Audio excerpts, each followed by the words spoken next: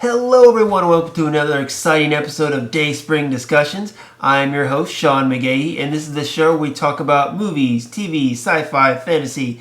If you geek out about it, we're going to talk about it. Joining me today, finally, is Joshua, the Dark Knight, Del Angel. Hello, Josh. After a long delay, hello, I know, I'm right? back. I feel like you've been gone forever. It's been a month, man. Because last week I did it by myself, and then I had Lisa, I think, the week before that, so... But on that note, man, that took some talent. That took some... First off, you needed info to have a rant of, what was it, 40, 45 minutes? 45 minutes almost, yeah, is what I went on with. I went back and listened to it, and I'm just like, I sound horrible. I need someone here to help me out here. Whatever. I couldn't do it by myself. I listened to it, and then first off, I screwed up several characters or actors' names, so that sucked, but... I like the idea of having someone here to bounce stuff off. I was just about to say that. The balance to it definitely gives me a little bit more confidence to tune into my comic book / movie news rants. Fair enough. All right, guys. Well, so those of you who haven't listened before, Josh and I are going to run down some news stories that happened last week. We're going to talk about it, discuss it, and if you want to chime in, you can hit us up via email or social media. Ready to do this, man? Let's get into it. All right. Well, it seems like a lot of the stories I have today are kind of all interwoven. I feel like between like superheroes and R ratings and all this other stuff, it seems like they all have some kind of relation to them. So I'm just going to go down the list. We'll start off here. 20th Century Fox has announced that their Gambit X-Men spin-off film, which was set to come out October 17th at the end of this year, has been pulled from its release date without publicly rescheduling it. According to BoxOffice.com, Fox has released two other Marvel projects on October 6, 2017 and January 12, 2018. We don't know yet what those projects are. The Gambit movie, which stars Channing Tatum and is directed by Doug Liman, is set to begin production possibly in March in Louisiana.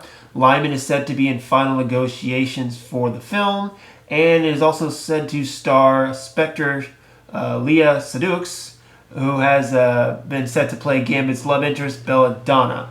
Saw her at the Oscars. Yeah, exactly.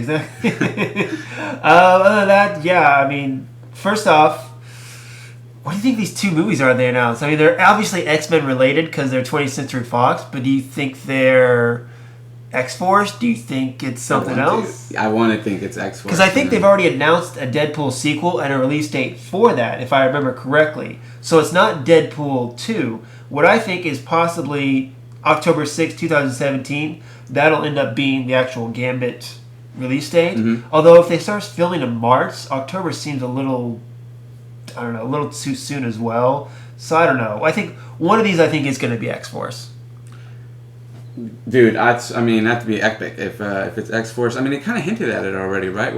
They already talked about how Deadpool 2 is going to have Cable in it. Mm-hmm. And, of course, that'll probably lead to the third film being X-Force, which makes sense, I guess. But, the Gambit movie, I think it's a little weird because, it was set to come out in October of this year, and no production had been started on it.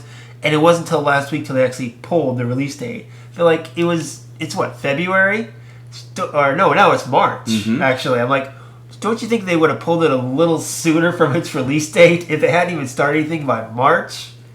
It seems a little weird to me, at least, in that instance. When I got this news, that's the first thought that came to mind is I wonder what you thought of this and what it means for the movie itself. Them off to a late start. Also, them still negotiating with the director. It's hard. Well, that's thing I said too is compared to Deadpool. Deadpool had an actor, Ryan Reynolds, who was passionate about the material and was looking to rebound his career, and a director who wasn't a A-list director. So they, they were able to do Deadpool for very little money, like just over $50 million. Opening weekend, it made $150 million. Now, in regards to Gambit, Channing Tatum, more household name, Doug Liman, an A-list director, and the film was set for a budget of $150 million, which sounds ludicrous to some people. I mean, that's the kind of budget you give, Batman v Superman or the Avengers, not just a one-character spin-off film. A film in that instance. Yeah, exactly. So to do that seemed a little weird. So I think after they saw that Deadpool did so well on so little of a budget, I feel like they're kind of rethinking the budget on it a little too. The problem with that is, of course, like I said, they have two A-list director and an A-list star who they're probably going to pay it, and that's probably quite a bit of a chunk of the money as well. So, but I think they are going to renegotiate as far as money-wise and try to get that down, because you can see that you don't need, $150 to $200 million budget to make a good superhero movie. Yeah, it's almost like a formula. You spend that much money on a movie, it just makes me think there's going to be a ton of special effects in it. Yeah. And that does not always mean a great movie, or at least not for me. No, of course. No. You can spend all the money in the world, but if you don't have characters and actors and a good story, it's not going to work. So I think they're going to renegotiate it. I'm anxious to see it, horse. I have my reserves about Channing Tatum. Doug Liman, I like him as the director. I think he could do a good job on this. I like Gambit as a character. I'm still anxious to see this film. We'll just have to wait and see on this one, I think. Yeah, I mean, how passionate are you about the Gambit character, by the way? When I was a kid, Gambit was my favorite X-Man. Okay. When I was a kid, was that, you like your Wolverine and he's the bad boy, but my bad boy was Gambit. I liked him more than I liked Wolverine. And they were often paired up together because they were the bad boys of the X-Men, of course, too. So bad you boys. saw a lot of that, but yeah, I'm anxious to see how they did it. He's not my favorite X-Men anymore, but I still like him. Well, to give Deadpool another high five, they're really clearing the way for these future movies coming out. I mean, I can see a lot of people rethinking their screenplays, rethinking what kind of movie they want to make, as far as the superhero genre. My worry is they're rethinking the wrong thing. They're rethinking, hey, it's got to be R now. Like, it doesn't have to be R, But we'll get into that in a little bit. Keeping with 20th Century Fox's X-Men universe, actor Liev Schreiber has come out and said that he has actually talked to Hugh Jackman about possibly being in the third Wolverine film. Schreiber told MTV News, we talked about it. I don't know. He's mentioned it to me. The Old Man Logan story, that's appealing. Rumor has it that Jackman's last Wolverine movie is going to be based on the Old Man storyline, which is written by Mark Millar, Steve McNiven, and that kind of started circulating last summer. It's unclear just how much Schreiber would be involved in the project, but also, of course, like you said, it's just been talked about. He's not actually officially involved yet as well. The only thing that is official is that Hugh Jackman and Patrick Stewart are going to be in the film, and it's scheduled for March 3rd, 2017. Now, you recently actually read Old Man Logan. I guess you could say recently read it. Of course you loved it, because it's an awesome storyline. Yes. Now, knowing what you know about that story, given the fact that you can't have the other Marvel characters, you can't have Hawkeye, you can't have Hulk, you can't have Red Skull in this. You have to stick strictly with the X-Men characters. So you could use Magneto, you could use Sabretooth, you could use Mr. Sinister, all that stuff. Do you still think there's a movie or a story there worth telling to Old Man Logan, or should they just go in a completely different direction? Man, that's a question and a half. Well, I immediately start thinking of who can replace these key characters if you're going to make an Old Man Logan. Because like I was just saying, and that's a tough one on me. In the story, he goes on this cross-country road trip with Hawkeye. Mm-hmm. And it's like, okay, you can't have Hawkeye. So who can you have Hawkeye in there? And I was like, well, Gambit would be a good substitute. Yeah. I mean, like, put the two of them together, that'd be a good pairing for a buddy road trip movie, so to speak. Could you even do Sabretooth? I mean, Sabretooth, I thought he does have a small role in Old Man Logan. I can't remember, actually, but I can see it. Like I say, I don't think it's terrible. I think with what that story had, you can keep it close enough as far as the themes of it. Yeah. Like, you don't have to have Red Skull or the Hulks in there. You can have, like, the Juggernaut and, I don't know, Mr. Sinister. You can switch out the villains. The key of the story is, Logan and his, I don't want to say redemption, maybe, I guess you call it, but his wallet, what he did to the X-Men, and how he, never popped his claws for years and years, how he tried to go straight, and then he has to do this thing to save his family, and all that stuff. They can still have that core storyline in there. And again, I think if you're going out with a final Wolverine film, Sabretooth would be a character to put in there, because, as we all know, they're rivals, and according to the movies, they're brothers. Yeah, I mean, he's a great... I think he really switched up the role with Liev Schreiber as Sabretooth. And yeah, I mean, he was... a buddy brother kind of thing going on. He was one of the good parts of Wolverine. I mean, those... Exactly. If you look at X-Men Origins Wolverine, the first, 15 minutes of that, from the flashbacks to their first mission, where Ryan Reynolds or Deadpool actually talked, That was actually not bad. Yeah. It was, the rest of the movie that kind of fell flat in that instance. But Shriver as a Sabretooth, I liked it. Yeah, definitely. He's a great actor, so he got some great depth to it. Him playing off of Hugh Jackman, I think would be good. I'd like to see him give another go at it.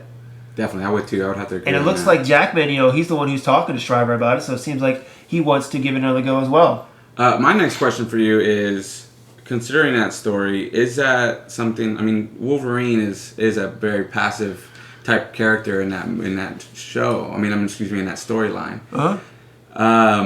Can you? I mean, where's the violence going to be? Where's the Wolverine effects going to be in the story? I mean, I don't want to ruin the story, but it does come towards the end of the story. Yeah, it does, and that's the thing. And that's what they're talking about. Maybe they might make it R-rated, and I'm like, I can see how you can take that storyline directly and make it R-rated. Yeah. But people have said, Lisa brought this up a few weeks ago. Wolverine has been living in this PG-13 world, and kids know him. People know him. Yep. So if you take that PG-13 established character and try to make him R, I don't think it's going to go quite as well. Yeah. Whereas Deadpool, it's a fresh new character, so you can start him out in an R-rated world. Mm-hmm. With this, I think you can take this storyline, make the changes you need to make, and still have it PG-13. And then like they did with the Wolverine, give an unrated or R-rated cut on the Blu-ray. Yeah. I think we do that. That'd be cool. Sounds like a plan. All right, so moving on. The movie Power Rangers by Lionsgate has now started production in Vancouver. Along with this news comes a cast photo, as well as kind of a brief description of the synopsis as well. Chosen by destiny, our heroes quickly discover that they are the only ones who can save the planet, but to do so, they will have to overcome the real-life issues and band together as the Power Rangers before it's too late, starring 5 ordinary heroes from Angel Grove who suddenly get extraordinary powers. Now, the film is set to come out March 24th, 2017. It's going to be directed by Dean Israelite, who directed Project Almanac. Did you see Project Almanac? No. I didn't see it either. I got it on DVD, rented it, and I never watched it, actually. Just paid $5 so for it. I really didn't want to, I obviously didn't want to watch it that badly. Yeah. The only thing, of course, the only person I know from this cast is Elizabeth Banks is going to be playing the villain, Rita Repulsa. This is all coming from Entertainment Weekly. So this is all based off, of course, the 1993 television series Power Rangers, following the adventures of Jason, Kimberly, Trini, Billy, and Zach, who were chosen by the ancient being Zordon to defend Earth from attacks against the forces of Rita Repulsa. That was a Go lot. Power Rangers! I feel like we need a special effect inserted here. Perhaps a Mighty Morphin Power Rangers thing. It's Morphin time! Exactly. There you go. I used to have, back in the day, I had as my my text tone, my text alert was the Power Rangers alert, where the oh yeah. I used to have that. I can't get it on my phone. If I could still get it on my phone, I'd do it, but my phone won't allow me text alerts for some reason. You never know when Zordon's going to call you for a mission, man. I know, right? Exactly. Know. Hey, I was the ultimate Black Ranger, okay? Okay, so Power Rangers has started. Are you excited? Not excited? What do you think? To say the least, dude. I feel like if they need any help writing a screenplay for this movie, I have archives of videos of my own episodes, perhaps. That you acted out in the basement or something? I'm not going to lie, man. My childhood definitely consisted of about 150% of Mighty Morphin Power Rangers. Really? Yeah. I was that into it. When it started, I liked it. I got out of Power Rangers around the time the first movie came out. I didn't, when Tommy became the White Ranger, it's kind of when I left it.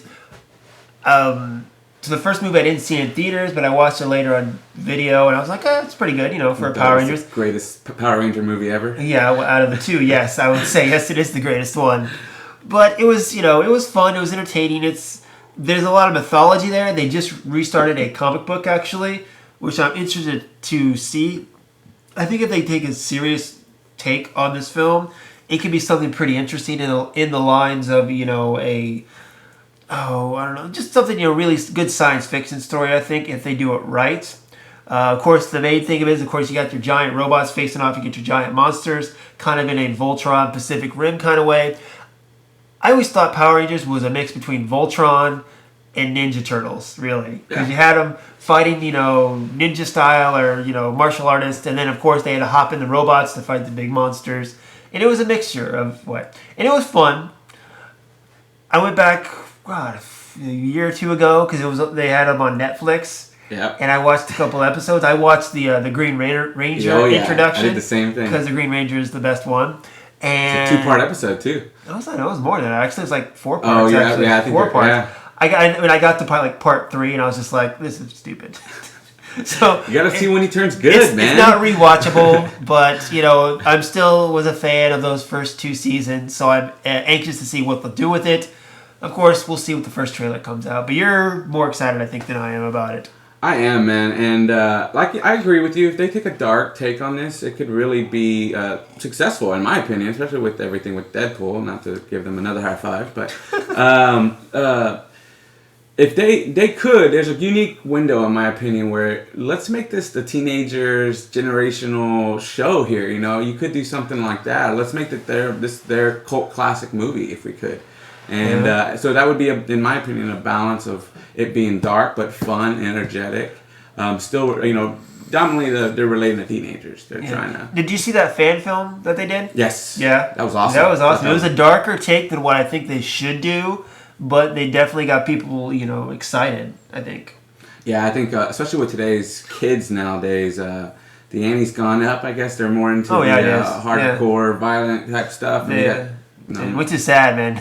Because when I go to, I'm sure you saw this too. You go to see Deadpool, an R-rated superhero movie, and parents have brought their 6-year-old kid. Yeah. I'm like, what the hell? Even with rated R films, it seems like it says you have to be 18, but you don't. Who follows that rule? I think what happened is this kid saw this superhero commercial and it's like, Daddy, I want to go see the superhero movie. I'm like, okay. Not even realizing it's got an R rating to it. Jesus. I think that's what you're going to get, though, since that was such an innovative movie for, especially since what we've seen out of superhero movies up until this point. You're going to have that little trickle of parents bringing their kids in. They probably won't bring them to the sequel, so maybe the numbers will go down. Hopefully they learn their lesson, yes. But then you'll see the revenue going down as well. So less tickets sold. I don't know about that. But, I can see Power Rangers give it a little more edge, and I think they might have something. Yeah. We'll just have to wait and see on that one. What's cool is that they have my Becky G, dude. She's they're playing the Yellow Ranger. This could be Becky G's a pop star. She's I have no idea. A teenage pop star. Is she like a Disney girl or what, or just a pop star? I think you hit it on the head. Yeah, she is a Disney girl. I think. Well, there you go. All right, so moving on from the Power Rangers, Big Hero 6, the film that won the Oscar for Best Animated Series, is getting its own Disney XD animated series. According to the Hollywood Reporter, Kim Possible creator Mike McCorkle will be adapting this film into an animated series for Disney XD. Picking up where the movie left off, the series will follow Hero, Baymax, and their friends Wasabi, Honey Lemon, Fred, and Go-Go as they defend their city from scientifically enhanced villains. All the while, Hero will face the challenges of being San Francisco Institute of Technology's newest prodigy and all the social hurdles that it entails. The film, Disney adapted from a lesser-known Marvel comic and featured Hero and Baymax as they attempted to become heroes and uncover the truth behind the death of Tadashi. I can't remember. Tadashi, that's what it is, yes. Hero's brother and Baymax's creator. The Big Hero 6 film grossed $657 million worldwide. Cool.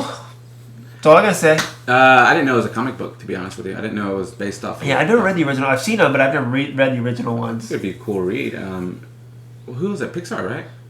No. This was not Pixar. This was just Disney. Disney, all that stuff, okay. Yeah. This was the one they did right after Frozen, actually. So it was like last year, 2015, I think? I loved it. No, 16. Yeah. Yeah, I loved it. I enjoyed this way more than I enjoyed Frozen, but I think Frozen was more successful. Well, that's what I thought it was this one came out, and I looked at Frozen, I'm like, okay, Frozen was more for the girls. I feel like Big Hero 6 was more for the boys. Yeah, definitely. Kind of, and I love it. It's a superhero movie. We both love superhero movies, so of course we like this movie.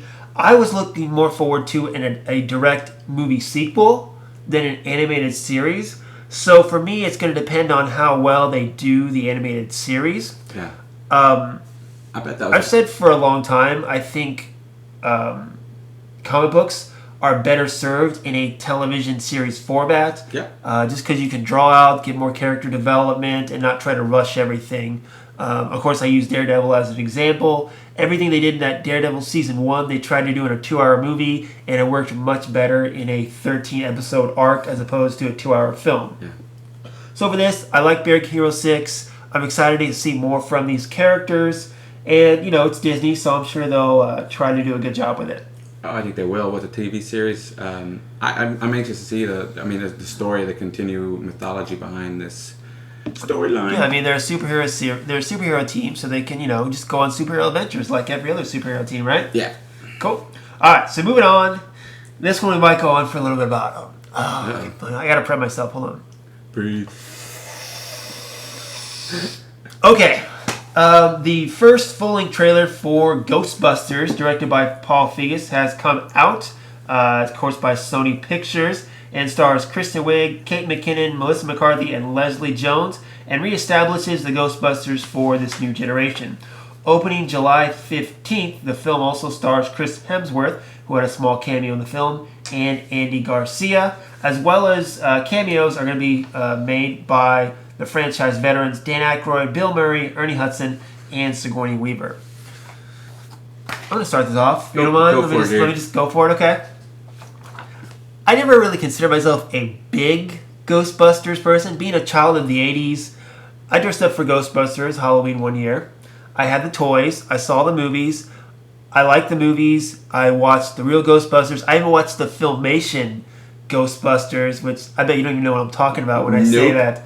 It was a more far out version where it was like these two guys and their other friend was a giant gorilla, and they fought this like robot ghost out in like space and stuff like that. It was really far out there. Check out the theme. It's really was crazy. It was true 80s cartoon, I'll tell you that. But again, after all this, I never really considered myself a big Ghostbusters person. I really liked the Ghostbusters. This trailer just pissed me off. Okay? First off, when they had the announcement of this film, it was like, oh, it's going to be all female Ghostbusters this time. I'm like, why do they need to be all female? Why can't they be a mixture? Why can't you have 2 girls, 2 guys? Why can't you have, 3 girls, 1 guy, something like that? Why do we have to be PC? That gives it a whole PC rant, which I'm not going to get into, of course. And then you had Paul Fegus, who I like Bridesmaids. The other movies that he did with Melissa McCarthy, I'm not really a fan of. Although, to be fair, I haven't really seen them because they just don't look interesting at all. With this trailer, it looks like a bunch of slapstick comedy. And that's not what Ghostbusters is. That's not what it should be. It looks like they were trying to do a parody of Ghostbusters more than doing an actual Ghostbusters film. And it just made me so sad. Just sad. And I can't believe that. I'm going to go see this movie because it's Ghostbusters, and I try to be unbiased until I've actually seen a movie, but this trailer does nothing for me. I'm not a big fan of Melissa McCarthy because I feel like she plays the same character in almost every film, and it looks like she's doing the same thing in this film. Kristen Wiig, I think she is a better actress than most people give her credit for. She has a couple dramatic roles that I think she did really great in. The other two, I haven't watched Saturday Night Live, an episode of Saturday Night Live, since I was like a teenager. So I have no idea who these other 2 people are. They just look like token people that were thrown in the film. I don't know. I don't like this movie. I don't like this trailer. I'm hoping I'm wrong, but go. Oh man, I think they really should have started off with an SNL skit first. Let's test the water.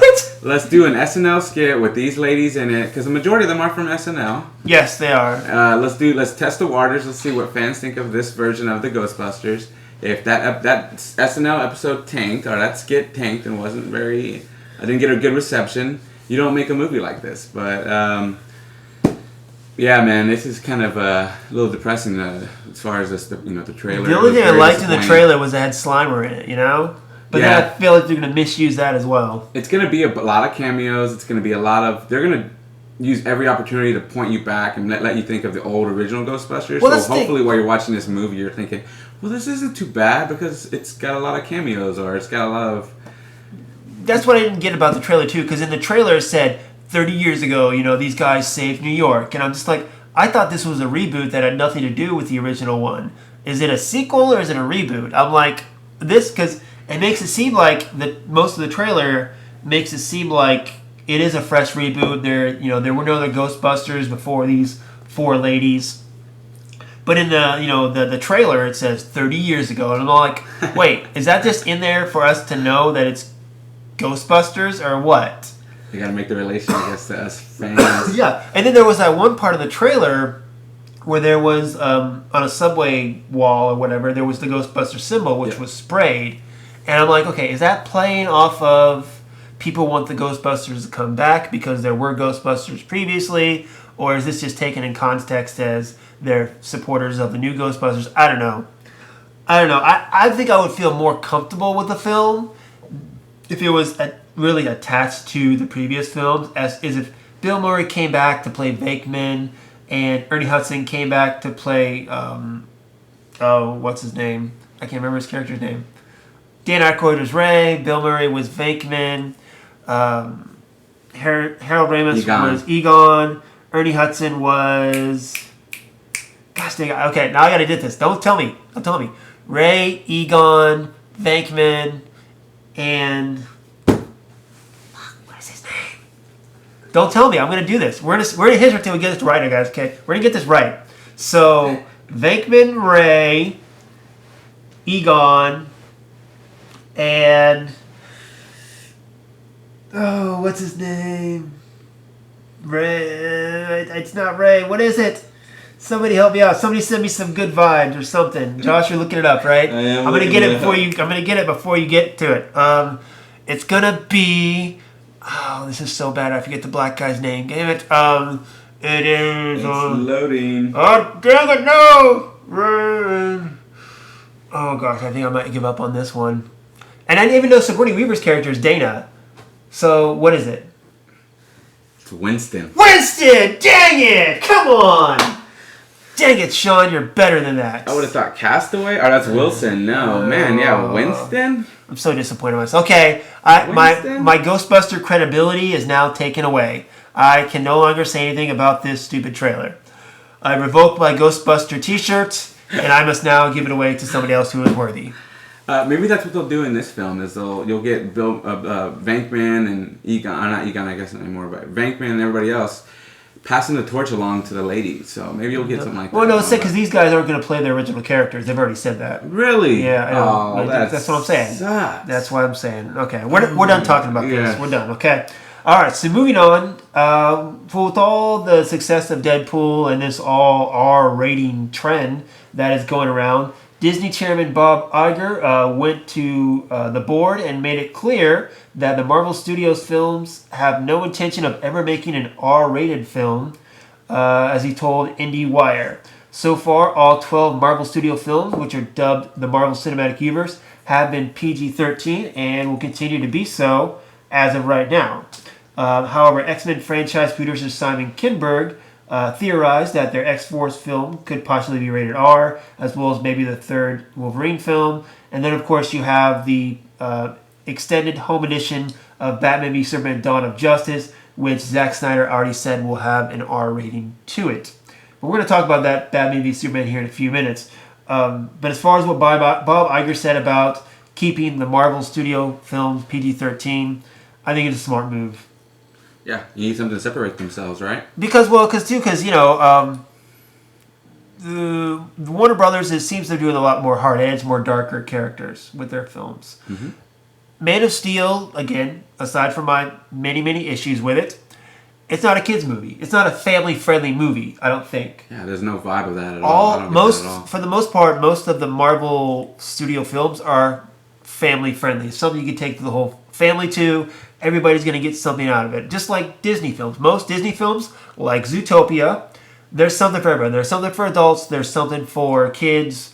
Everybody can get something out of it. And I feel like that's what these Marvel Studios are all about too. So why fix it? I mean, they're obviously making a crap load of money off of it. So if it ain't broke, don't fix it. Yeah. So I love the fact that they're separating themselves and keeping them, They're staying true. Because, they're the ones that are doing it successful. They're the ones that actually are, first off, they're starting this cinematic universe trends that all of Hollywood is trying to do now as well, and they're doing it successful, and they're the leaders. So, like I say, if it ain't broke, don't fix it. If it's working, don't try to correct the course.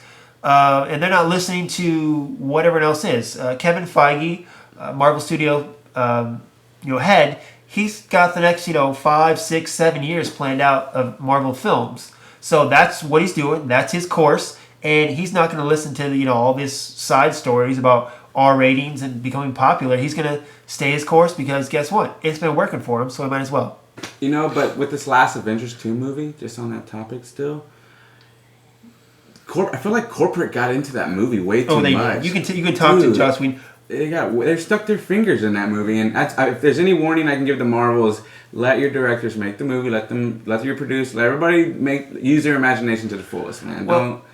Let's not put a cap on. Let's not corporatize it, please. Well, the problem with that last one is, when Joss Whedon did the first Avengers movie, and it's said that in Marvel Studio films, basically Kevin Feige goes to the director and he gives him a list of stuff that has to happen in the film. It's like, they give him the ingredients or the stuff they have to do, but it's up to the director to mix it all together and, give him the final product. But the further you get into these cinematic universes, the less leeway you have because certain things have already been established, certain things are coming up. So by the time we got to Avengers Age of Ultron, there was probably quite a big list of stuff that Kevin Feige asked Joss Whedon to do. And Joss Whedon, being the creative guy that he has, he likes to have, a bit of free reign. So he's already said in interviews he got frustrated that his hands were tied so much in making this film, which I understand. I understand both sides. Kevin Feige has a vision. He's looking at the big, broad spectrum where each director is only looking at their singular film. And they have to find that middle ground to make each movie work individually. But of course, you got to make the whole thing work as a whole because that's what's helped making these Marvel movies successful. Is that as a whole, you can watch one right after the other, and they all fit together. So I can see both sides of it. Nice. In that instance, at least. So yeah. All right. So keep it with Mr. Joss Whedon. Marvel Mailer, which is a retail email newsletter from Diamond Comics, has announced that the Avengers director is teaming up with Astonishing X-Men artist John Cassaday again for a special 75th anniversary issue of Captain America. Now, this issue will also feature Greg Rucka, Mike Perkins, and Tim Sale, who will contribute to this issue as well. Joss Whedon will now be teaming up with Cassaday to tell an all-new story celebrating the legacy and legend of Captain America. The two previously teamed up for a 24-issue run on Astonishing X-Men. Whedon has also penned comic books such as The Runaways after Brian K. Vaughan departed. He's also worked on Marvel cinematic films such as The Avengers, Avengers Age of Ultron, and had his fingers in Thor: The Dark World. So the team that brought us Astonishing X-Men, one of the greatest X-Men runs I think ever, is coming back to do the Captain America issue.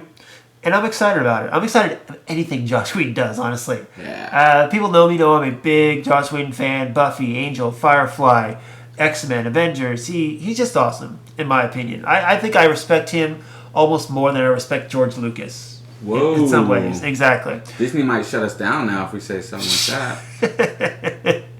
Well, they're all working for the same team now, so it doesn't matter. Yeah. But I'm excited because Whedon has a way of telling a great story with characters, and telling a great Captain America story can be difficult sometimes. And even if maybe it is just a single issue, I'm excited to see what these two have done.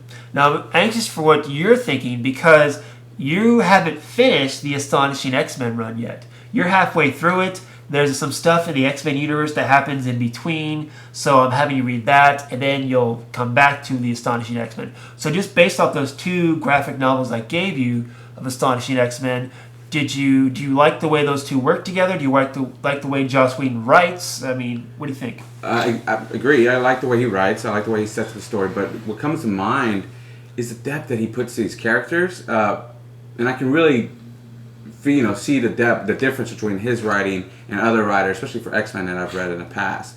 The depth that he has these characters, it's almost like he comes in and picks up and starts off running basically, and then it keeps going. I mean, he keeps you interested through the whole story.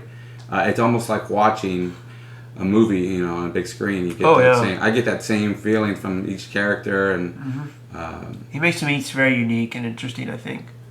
And it's a different take. It's almost, I don't want to say completely darker though, but it just seems more especially in the graphic novels. It just, I don't know, man. It seems adult to me. It just, Yeah. So you're excited for him to come back and do a Captain America storyline. Captain America would be, yeah, dude. I love the character himself. I'm interested to see the kind of spin he's gonna add to that. But he also he strikes me as a guy who likes the classics though too. Oh yeah. So he won't. Oh yeah. I mean, he's a true blue fanboy. That's why people love him so much. I mean, he was talking about before he directed Avengers, if he had read almost every Avengers comic, and the ones he didn't read, he got access to, and he read them. He knows he's a fanboy. He grew up loving comic books and sci-fi, and that's one of these, like him and Kevin Smith. People root for these characters because they're us. Yep. They're fans. They they know the material. They love it as much as we do, and they want to see it done right. So that's why we kind of root for them. I think in that instance, exactly. It's our dreams come true. We get to live vicariously through them, I guess you could say. So, all right. So switching over to the DC world, Greg Silverman, the president of creative development at Warner Brothers, has talked about how the character of Green Lantern might not make an appearance in Green Lantern Part 1. We might have to wait till... That's the Green Lantern. I meant Justice League Part 1. See, that's why I shouldn't do these alone. But he might not appear actually till 2019 in Justice League Part 2. He said, quote, Green Lantern is an incredible character. He's actually multiple incredible characters. There's real opportunity here. We didn't do a great job on the first Green Lantern movie. This is a character who deserves to be treated in the same way that Batman and Superman and Wonder Woman are being treated now, which is with great reverence. I guess I can say to the Green Lantern fans, if they can be patient with us, I think they'll be really happy. Going on more in this Entertainment Weekly article as well, they're talking about individual films in regards to how Suicide Squad actually takes place after the events of Batman v Superman, and that Wonder Woman will feature present-day scenes at the start and the end of the film. And then, of course, they go into more about the special R-rated Blu-ray edition coming out, but that'll be the next story. So starting off with this one, Green Lantern not really showing up in Justice League, might be appearing later on in that. I think Warner Brothers is still very hesitant with the character, given the fact that how much they screwed up with the Ryan Reynolds film. Yeah. I think that they feel like the character is still fresh in everyone's mind. They want to give him more time to forget about that so they can start more. Because they have their own Green Lantern Corps film coming out, which we still don't know a lot about that, except for, given the title, we know that it's not just going to be about Hal Jordan. I think it's going to be more about Hal Jordan and Jon Stewart, and maybe Guy Gardner in there. Yeah. But yeah, I think they're going to try to give it a little more time as far as Green Lantern. Not having him in Justice League doesn't seem right because he's really a core member of the Justice League. But bringing him in later on, I can see that. But given the fact that Darkseid will probably be the villain in Justice League, and he's intergalactic, just like the Green Lanterns, you got to at least have him in there a little bit. It'd be odd not to have him there, at least show up. Yeah, exactly. So, but hey, how do you feel about not getting him right away, maybe later on? I think this is the best news concerning the Green Lantern character that I've heard in a long time, man. This is good news. It seems like they're at least... I think it is time to take a step back from this character. Let's, exactly like you said, let's let people forget about him for a little bit. Especially with Ryan Reynolds, man, giving the finger to DC and like, hey, I'm Deadpool. Yeah. Look at all the money I'm making over here. Look at all the money I'm making. Oh, yeah. He's definitely getting back on track, I think, in that regards. And then, of course, like I said, talking about just a few other things. The Suicide Squad trailer Suicide Squad taking place after Batman v Superman. Okay, that makes sense. Whatever. And then I'm talking about Wonder Woman, how present-day scenes will be at the start and the end of the film. This kind of just go and confirms more my suspicions that this film is pretty much going to be like a Captain America First Avenger. Yeah. At the beginning of the film, they found his shield in present day. Then they go back to the flashbacks during World War II. Then he wakes up in present day again. I think that's what's going to be. I feel like it's going to be one of those things where, given the fact that Wonder Woman will take place after Batman v Superman, I feel like she's going to sit down and tell Batman and Superman her story. They're going to do the flashbacks, and then they're going to come back to present day where it's like, okay, now you know me, let's go form the Justice League or something like that. I don't know, man. Part of me, when you said that, I thought, what if she gets knocked out? I say she gets knocked out by Doomsday, gets knocked back in time. Who's going to knock back in time? She gets knocked into a coma. She gets knocked into a coma, and she's thinking flashbacks. Hit the flashback. Okay. That could happen. $10, man. Okay. Aside from the fact that sounds ridiculous to me, no offense. That's not going to happen. So we can just move. Doomsday. I'm just trying to amp up Doomsday, man. Let's not amp up Doomsday. If anything, let's forget about Doomsday until we actually see the movie, because I don't want to think about him being in the movie, honestly, in that regard. So, but let's move on. Talk more about Batman v Superman. Batman himself, Ben Affleck, talked about the upcoming Blu-ray R-rated special edition that's going to be coming out with the film. Quote, I'm a parent of young kids. I feel like I wouldn't want to have a Batman v Superman that I couldn't show to my younger kids. But on the same token, as an adult, I like to see movies that are R-rated. I think nowadays, because we have so many means of distribution and ways that we can do different things, it's the creative solution to a creative challenge. You can have multiple versions, and I can show my son and my daughters this movie and feel confident that the stuff isn't too crazy, and then grown-ups can see larger versions in the Red Band trailer. They can see the more adult versions of the movie. These movies have definitely evolved from being comic books for children aimed at kids. Now they're the most mainstream movies made, the most successful, the most widely viewed movies these days. Clearly there's a big enough audience. I think it's cool. Why not have an R-rated version that you can release for download or on DVD later? I think it's smart. Now, of course, going into more about the Blu-ray edition and what's going to be on it, they said actually there is going to be a deleted scene with actress Jenna Malone. That was a secret character in the film that was cut out of the theatrical version as well. A couple other things that they said, just a little more violence that was going to happen. Because originally what they said is they made the movie, they showed it to the MPAA board, and they wanted to rate it R because of all the violence mainly. So they went back, recut it, and made it PG-13, but they're still going to release the R-rated version on Blu-ray. I'm going to let you chime in on this. I have a couple of different feelings about this. But first off, how do you feel about not only Ben Affleck's comments about having an R-rated and a PG-13 version so both kids and adults can enjoy the film, but also just the fact that they've announced an R-rated Blu-ray before the film has even come out? Yeah. I think Ben Affleck has an image that he has to uphold as a parent, as the actor playing Batman right now. So I'm not surprised by the comments, but I'm definitely surprised they're going to release it all. They're already talking about releasing the DVD rated, or the Blu-ray rated R version already. So I say let's get a successful movie first before we even worry about it. No kidding, Ron. Well, you heard the rumors, of course, that they said that Ben Affleck was on set in his Batman costume doing rewrites on the script. Wow. So that either says that Affleck has a lot of issues with the script, that he was going to rewriting it, or that the studio is, giving him more control of the film than we think. Because when your actor is rewriting lines on set, that's usually a sign of problems, is usually what it is. How's Zack Snyder taking that, though? But not to say, that's the thing, too, is I'm not going to say, honestly, I think if anything, it's a good sign that Ben Affleck is rewriting it, because let's not forget, he won a writing award, writing an Oscar, Good Will Hunting, with Matt Damon. Oh, yeah. And he's got, of course, a directing, he get a directing Oscar, but his film that he directed won Best Oscar. Yeah. So he's got the talent. So to have him on this film, not only as a star, but also as a helping hand for Zack Snyder, who I think is a little lacking in the storytelling perspective, which is good. But of course, when you have your star rewriting stuff on set, it's usually not a good sign for your story. But stay away from that. Ben Affleck, of course, talking about how, he wants his kids to see his movies, which I get that. But you know what? It's kind of like with comic books nowadays, okay? Most mainstream comic books are rated for teenagers on up.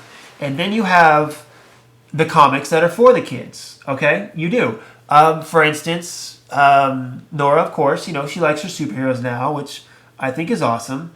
And we've been watching that Superhero Squad on Netflix. because it's for kids. It's got Iron Man, it's got Captain America, it's got Hulk, it's got Wolverine, and it's for kids. Okay, I'm not going to let her watch the actual live action, Wolverine movie or whatever, of course, because it's too violent. Yeah. It's not her forte. So Ben Affleck, you want your kids to watch these superheroes? Great. There are many forms in which they can watch these superheroes that are kid friendly, and then when they're old enough, then they can watch this film. And now in regards to the Blu-ray, do I like when they come out with an unrated, extended, R-rated edition of a Blu-ray? Yes. I love they did that for the Wolverine. I loved it. To announce it before your film is even out, though, that just seems weird. It's like, hey guys, this film that you're all excited to see? Well, guess what? We're going to have a longer, better version for you that you're not going to get to see for another year. Why would you announce that? I can see that at the week after the film comes out and it's a success and be like, you excited? Did you like this movie? Guess what? There's another edition coming out on Blu-ray. Yeah. To announce this before the film has even come out just seems ridiculous for me. If you're like, hey, this movie that you're going to go see, guess what? It's not going to be the one we actually wanted to show you. Right. I don't get that train of thought. I get the train of thought of coming out with a Blu-ray, of an unrated, of an R-rated, whatever, but to do it before people have even seen your film, I don't know. Maybe maybe it's one of those worries where like, hey, you didn't like this version? Well, we have another version coming out. Maybe you'll like that. It doesn't show very much confidence in what you have. I don't think so either. I don't know. I mean, this movie is just... we need to see this movie. Because... I'm almost here, man. I have so many worries about it, but, I don't know. I have worries. I hear worries. I hear good things. I hear bad things. It's just all these things swirling around about it. I just need to see it. We are doing our best to walk into this movie with an open mind. We are trying our best to take the movie in for what it is, despite all the news that we've heard so far. That's what I'm going to go in. The attitude I'm going to try. I'm trying. I'm really trying hard. I mean, but there are good things I hear about this movie and bad things I hear about it, and it's just all swirling all together. It's just got me confused, and I need to see the film. I mean, you got to think how long we've been reading into this movie. We got 2 weeks and 2 days to go, so we'll just have to wait. We're ready for this, I think. God, okay. All right, so continuing on, we got 2 more stories. Let's run through them quickly because we are running out of time. The Hollywood Reporter is saying that Dante Harper is writing a script for the Spider-Man spin-off film Venom.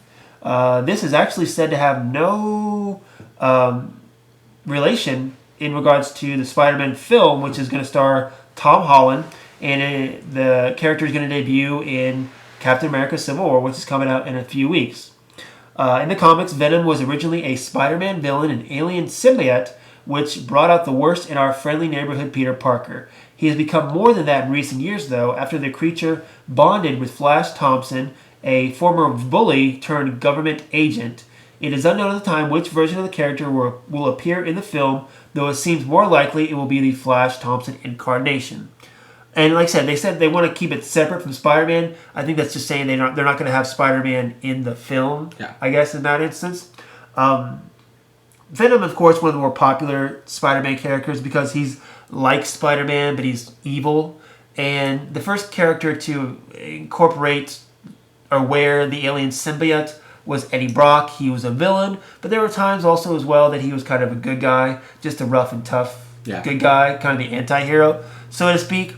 But I've really enjoyed the latest incarnation of Venom with Flash Thompson. So if you don't know, Flash Thompson, of course, was the guy who bullied Peter Parker in high school. Yes. And then when Spider-Man appeared, he actually became a fan of Spider-Man. He kind of inspired Flash Thompson to become his own hero and join the army. While joining the army, he was in battle and he lost his legs as a paraplegic. So then the government offered him a choice to bond with the alien symbiote and become a secret government agent. And the symbiote allowed him to walk again and be a warrior and have a purpose, kind of. But the symbiote, still being kind of an evil creature, of course, brought about some changes in Flash the way it did Peter Parker when he wore it. Yeah. And there are times, I know in the earlier renditions of it, Flash couldn't wear the symbiote for more than 24 hours, otherwise the symbiote would take over and become violent in that instance. Permanent change. Exactly, a permanent change. So he'd have to take it off, and even, it's that edgy, dark hero wanting to do something good with something bad. That I've read several of those. It's a really good story. I really hope that's the way they go with it. Yeah, I only have one thing to say, man. As long as they don't cast Topher Grace as Venom, I'm totally okay with whatever story Oh, come on. I love that 70s show. Eric but Foreman. Dear God, Venom? No. That's more No. I think that was more. I'm not going to blame Topher Grace for that. No. Because I'm going to blame the film in general for that. So, but we'll move on from there because, needless to say, Venom coming out. Excited. That'll be cool. So the last story we have today is a bit dumbfounded, if you ask me. So back in 2014, I think it was, when they had all those Sony email hacks or whatever, one of the emails that came out was they were talking about a crossover between the Men in Black franchise and the 21 Jump Street franchise, which seemed kind of ridiculous, I think, to everybody. Well, it turns out it's true, actually, because James Bobbin, who directed The Muppets, is in early talks to take over the Jump Street / Men in Black crossover film. According to Variety, the film has not been greenlit, but aims for a June production start date. The original Men in Black franchise starred Will Smith and Tommy Lee Jones, but neither of them are said to return for this. But Jump Street's Jonah Hill and Channing Tatum are set to reprise their roles. Sony hopes that this film is going to rejuvenate the Men in Black franchise because the third film in the Men in Black series actually lost the studio money, and they're hoping to rejuvenate it with younger and fresher faces is kind of what it is.